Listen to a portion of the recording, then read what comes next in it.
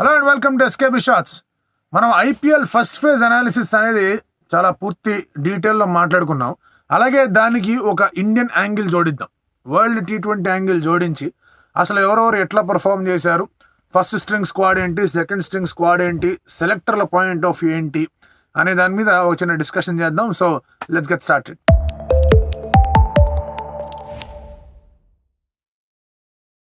ముందుగా world T20 point of view నుంచి మనం చూసుకుంటే కనుక ఆల్రెడీ ఒక స్టార్టింగ్ 11లో మీకు 4-5 షోర్ షాట్ ప్లేయర్లు ఉంటారు. ఆ 4-5 షోర్ షాట్ ప్లేయర్లు ఎవరెవరు బాగా చేశారనే దాంతో మనం ముందు మొదలు పెడదాం. షోర్ షాట్ ప్లేయర్స్ అనగానే T20 స్క్వాడ్లోకి రోహిత్ శర్మ, విరాట్ కోహ్లీ, జస్ప్రీత్ బుమ్రా షోర్ షాట్ ప్లేయర్లు. ఈ ముగ్గురు ఖచ్చితంగా ఉంటారు. మిగతా వాళ్ళందరి పొజిషన్లు కొంచెం అటు ఇటు. హార్దిక్ పాండ్యా కూడా షోర్ షాట్ ప్లేయరే, జడేజా కూడా షోర్ షాట్ ప్లేయర్. వీళ్ళిద్దరి గురించి తర్వాత మాట్లాడదాం. ముందుగా వీళ్ళ ముగ్గురు గురించి మాట్లాడదాం. స్టార్ట్ విత్ బుమ్రా ఫినామినల్ ఫామ్లో ఉన్నాడు.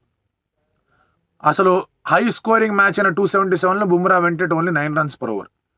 మొన్న ఢిల్లీకి అగేన్స్ట్గా మ్యాచ్ కానివ్వండి, ఆ తర్వాత ఫస్ట్ మ్యాచ్ కానివ్వండి, బుమ్రా ఏ విధంగా బౌలింగ్ చేశాడో అందరం కూడా చూసాం. సో బుమ్రా గురించి ఎటువంటి ఇబ్బందులు లేవు, ఎటువంటి డౌట్లు కూడా లేవు.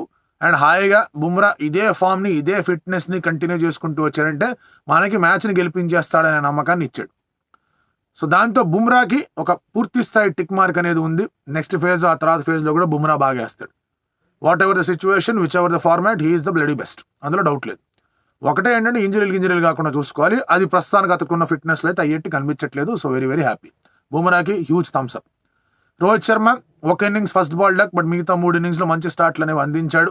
ఇలాంటి స్టార్ట్లే కొనసాగిస్తూ ఉండాలి. ఒకటి ఈస్ ప్లేయింగ్ యాజ్ అన్ ఓపెనర్గా అదే రోల్ అతను ముంబై ఇండియన్స్కి ఆడుతున్నాడు, ఇండియాకి ఆడుతున్నాడు. కాబట్టి పూర్తి స్థాయిలో అదొక కొరిలేషన్ అనేది కనిపిస్తోంది. ఆ కొరిలేషన్ ఉంది కాబట్టి అది కూడా double plus. Virat Kohli runs శుభ్రంగా వచ్చాయి. విరాట్ కోహ్లీకి ఇచ్చిన రోల్ అతను శుభ్రంగా నిర్వర్తించాడు. ఎస్, ఒక మ్యాచ్లో అటు ఇటు స్ట్రైక్ రేట్ విషయంలో కొన్ని అటు ఇటు జరిగిన మాటలు వాస్తవమే. కానీ అతనికి ఇచ్చిన యాంకర్ రోల్ అనేది అతను పూర్తి స్థాయిలో నిర్వర్తించాడు. He's also not having any problem. అతనికి కూడా ప్లస్సే. కాకపోతే ఇక్కడ ఒక చిన్న మెలిక. ఇప్పుడు తన ఫ్రాంచైజీకి ఓపెన్ చేస్తున్నాడు. ఇండియన్ టీంకి ఓపెన్ చేస్తాడా? I definitely wish he opens. దానికి కారణం ఏంటి అంటే కనుక ఇక్కడ ఓపెన్ చేస్తూ వచ్చి ఇదే ఒక స్టైల్కి అలవాటు పడ్డాడు ఆర్సీబీకి. ఆ రిథమ్ కానివ్వండి అవన్నీ అట్లాగే సెట్ అవుతాయి. So definitely he also needs to open in world T20 అనేది నా ఫీలింగ్. సో దానివల్ల ఒకవేళ అదే జరిగిందంటే కనుక దానికి కంప్లీట్ కోరిలేషన్ కనిపిస్తుంది. అతనికి కూడా డబుల్ ప్లస్. ఇప్పుడు విరాట్ ఓపెనింగ్ అంటున్నానంటే కనుక ఫస్ట్ వెయిట్ పడేది యశస్వి జైస్వాల్ మీద. And Yashasvi Jaiswal starting phase of ఐపీఎల్లో సరిగ్గా ఆడాల. ఒక మ్యాచ్లో 24 of 12, ఇంకో మ్యాచ్లో 8 of 4 ఎంతో. But otherwise he has not done well. And ఇంకొకటి ప్రాబ్లం ఏమవుతుందంటే యశస్వి జైస్వాల్కి it is not just his opening spot.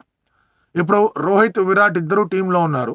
And sky టీంలోకి వస్తాడు. స్కై గురించి మాట్లాడదాం కాసేపట్లో. స్కై టీంలో ఉంటాడు. There is a wicket keeper option అవైలబుల్లో ఉంది. రింకు సింగ్ని టీంలోకి తీసుకొచ్చే ఆలోచనలో ఉన్నారు. సో ఏదన్నా వెయిట్ పడాలంటే యశస్వి జైస్వాల్ మీద వెయిట్ పడుతుంది, అతను ఎంత బాగా ఆడినా. అండ్ హిమ్ నాట్ పర్ఫార్మింగ్ అనేది కొంచెం ఇబ్బందికరమైన సిచ్యువేషన్లకే వెళ్ళబోతుంది ఈ T20 వరల్డ్ కప్కి. సో యశస్వి జైస్వాల్కి ఒక మైనస్ అనేది ఉంది. ఒకవేళ అతను సూపర్ ప్లస్గా ఆడినా కూడా ఆడతాడనే డౌట్లు మాత్రం ఈ టీంలో ఉన్నాయి. యశస్వి జైస్వాల్కి డైరెక్ట్ కాంపిటీటర్ ఎవరు? శుభ్మన్ గిల్. అతని దగ్గర నుంచి ఒక 89 వచ్చింది, కొన్ని మంచి పరుగులు వచ్చాయి. బట్ అగైన్ ఒకవేళ Rohit and Virat if they are opening, Shubman Gill does not have a chance.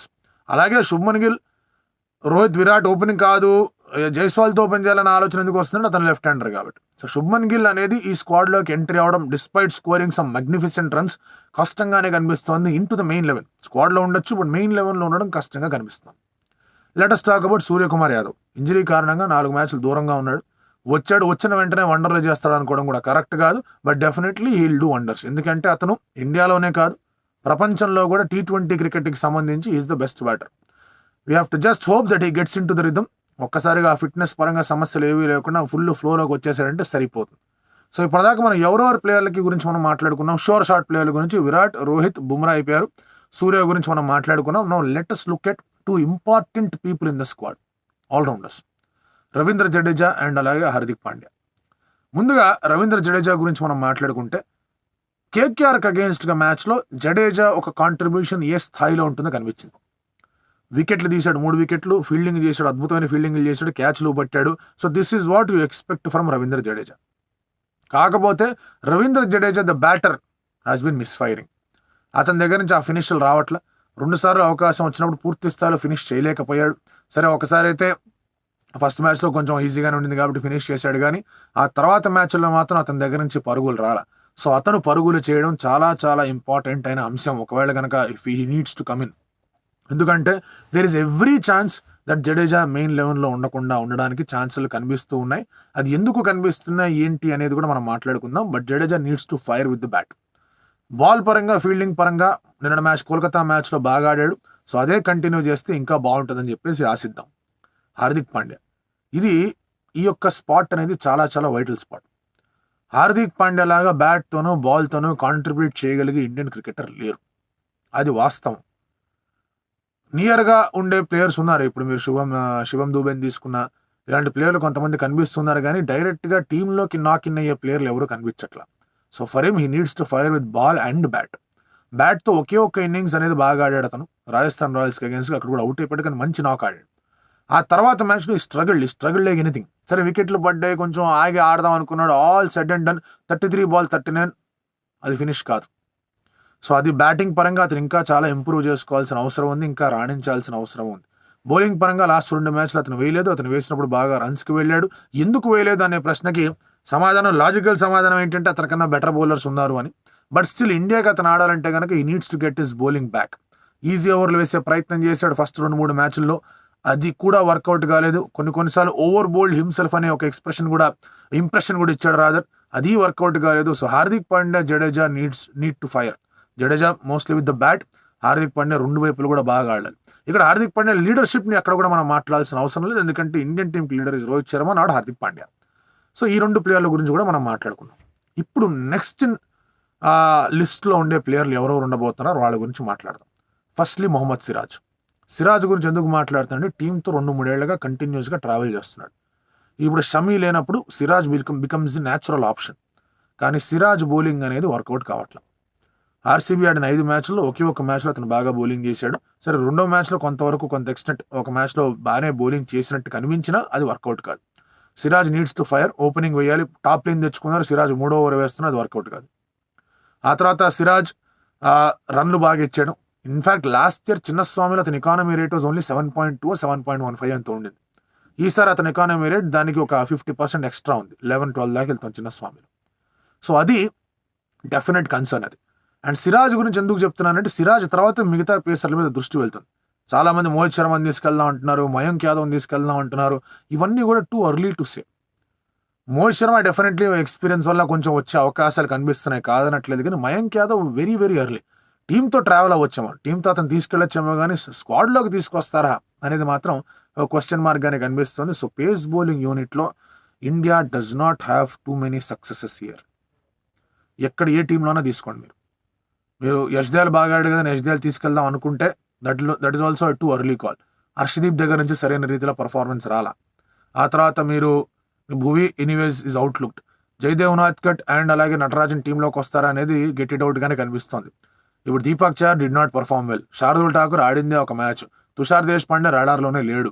అలాగే మీరు ఇటువైపు ఆకాష్ మధ్వాల్ బాగా ఆడుతున్నాడు, అతను తీసుకెళ్తారా అనేది డౌట్గా కనిపిస్తోంది. అండ్ దెన్ ఆవేష్ ఖాన్ బాగా ఆడుతున్నాడు. ఆవేష్ ఖాన్ చక్కటి బౌలింగ్ వేస్తున్నాడు. సందీప్ శర్మ ఇంజరీ అయిపోయి పక్కకి వెళ్ళాడు, కానీ Avesh Khan is doing really well. Avesh Khan 2022 సెటప్లో హీ వాజ్ అ పార్ట్. ఆ తర్వాత అక్కడి నుంచి ఇంజరీ అయింది, అతను మళ్ళీ ఇండియన్ టీంకి రాలేదు. 2 ఏళ్ల తర్వాత వచ్చాడు, అక్కడి నుంచి బాగా చేస్తున్నాడు. కాబట్టి ఆవేష్ ఖాన్ సెలెక్టర్ల వైపు చాలా గట్టిగా ప్రశ్నలు వేస్తున్నాడు. మేరకు దేఖో, నా ఆవేశాన్ని చూడండి, లేదా మళ్ళీ హెల్మెట్ ఇసురు కొడతా అని చెప్పేసి చెప్తున్నాడు అక్కడ. So Avesh Khan is making in roots. అలాగే మీరు హర్షిత్ రాణా వీళ్ళందరి గురించి మాట్లాడుకుంటే కనుక వాళ్ళు కూడా too early to speak about them. So అక్కడ మళ్ళీ మనం ఆగాల్సిన అవసరం అయితే కనిపిస్తుంది. స్పిన్ డిపార్ట్మెంట్కి వెళ్దాం. ఇక్కడ కాస్త కన్సర్న్ ఉంది. కుల్దీప్ యాదవ్ ఇంజరీ, గ్రోయన్ నిగిల్ అన్నారు, అది డెఫినెట్లీ అది క్లియర్ అయిపోతే బాగుంటుంది. ఎందుకంటే హీ లుక్ గుడ్, బౌలింగ్ బాగా వేశాడు, చక్కటి రీతిలో పర్ఫార్మెన్స్ అనేది ఇచ్చాడు. Though Delhi did not perform, Kuldeep Yadav did well. Bishnoi 12 overs 104 runs and 2 wickets. This is not what you want to see from Bishnoi. Bishnoi దగ్గర నుంచి ఇంకా రావాలి. బిష్నాయ్ బ్యాట్తోనూ ఫీల్డ్తోనూ అన్ని విధాలుగా కాంట్రిబ్యూట్ చేయగలడు. సో బిష్నాయ్ దగ్గర నుంచి పర్ఫార్మెన్స్ రావాలి, కుల్దీప్ ఫిట్గా ఉండాలి. సో స్పిన్ పరంగా కూడా కొంచెం ఇబ్బందికరమైన సిచ్యువేషన్లోనే ఇండియా ఉంది. సో బౌలింగ్లో బుమ్రా తప్ప ఒక అలవుకు ఆవేష్ ఖాన్, బట్ మిగతా వాళ్ళందరి దగ్గర నుంచి కూడా you need some performance, you need some fitness. ఇప్పుడు బ్యాటింగ్ గురించి మనం మాట్లాడుకున్నాం, ఆల్రౌండర్ గురించి మనం మాట్లాడుకున్నాం, అండ్ అలాగే బౌలింగ్ గురించి మనం మాట్లాడుకున్నాం. ఇక ఓన్లీ స్పాట్ అనేది మనం మాట్లాడుకోవాల్సింది వికెట్ కీపింగ్ స్పాట్. ఎవరెవరు ఉన్నారు కంపిటీటర్స్ దానికి? చాలామంది ఉన్నారు. జితేష్, ధ్రువ్ జురేల్, కేఎల్ రాహుల్, సంజు శాంసన్, రిషబ్ పంత్. ఇందులో ఈ లాస్ట్ 2 ఆప్షన్లు మాత్రం గట్టి గుర్తుపెట్టుకుని వీళ్ళిద్దరు వెళ్ళబోతున్నారు T20 వరల్డ్ కప్కి.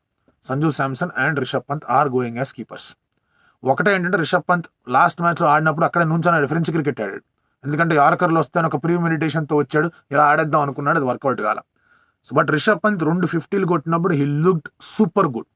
అండ్ అతను లెఫ్ట్ హ్యాండర్ అవడం, మిడిల్ ఆర్డర్లో ఆడే ఒక ఎబిలిటీ ఉండడం, నంబర్ 5లో ఆడడానికి తను ఇష్టపడడం. Samson is playing at number 3. Number 3లో ఆడడం కష్టంగానే కనిపిస్తోంది ఇప్పుడున్న స్క్వాడ్లో.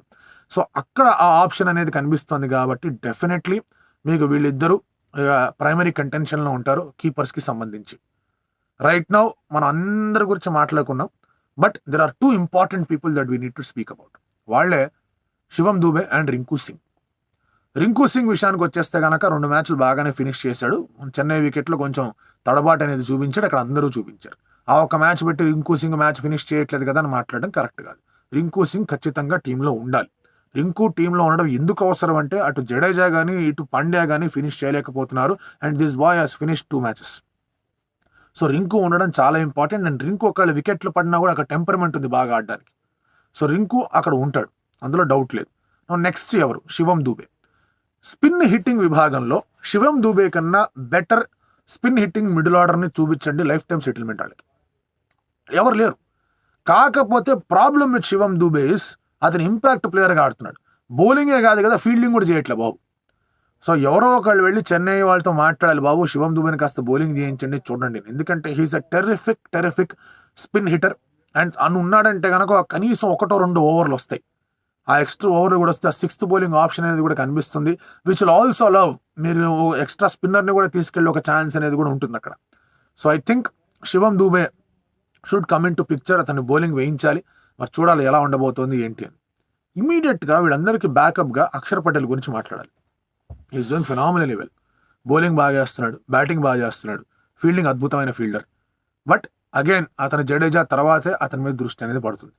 సో దీంతో అతను కూడా కొంచెం వెయిటింగ్లోనే ఉంటాడు. సో ఓవరాల్గా స్క్వాడ్ అనేది ఎలా కనిపిస్తుంది అంటే రోహిత్, విరాట్, ఆ తర్వాత Suryakumar Yadav, Shivam Dube should play at number 4, and then Hardik Pandya, Rishabh Pant, Rinku Singh ఇలా ఉన్నారు.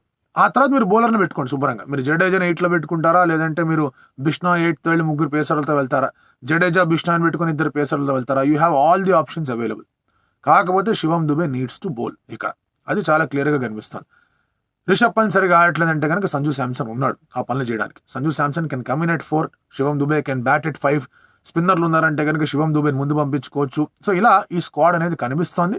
అండ్ స్టాండ్ బై ఆప్షన్స్గా మీరు ఒక బ్యాకప్ స్పిన్నర్ ఉన్నాడు, ఎట్లాగో ఒక బ్యాకప్ పేసర్ ఉంటాడు, ఒక బ్యాకప్ కీపర్ ఉంటాడు, and probably you'll have Yashasvi Jaiswal and Axar Patel, దాంతోపాటు గిల్.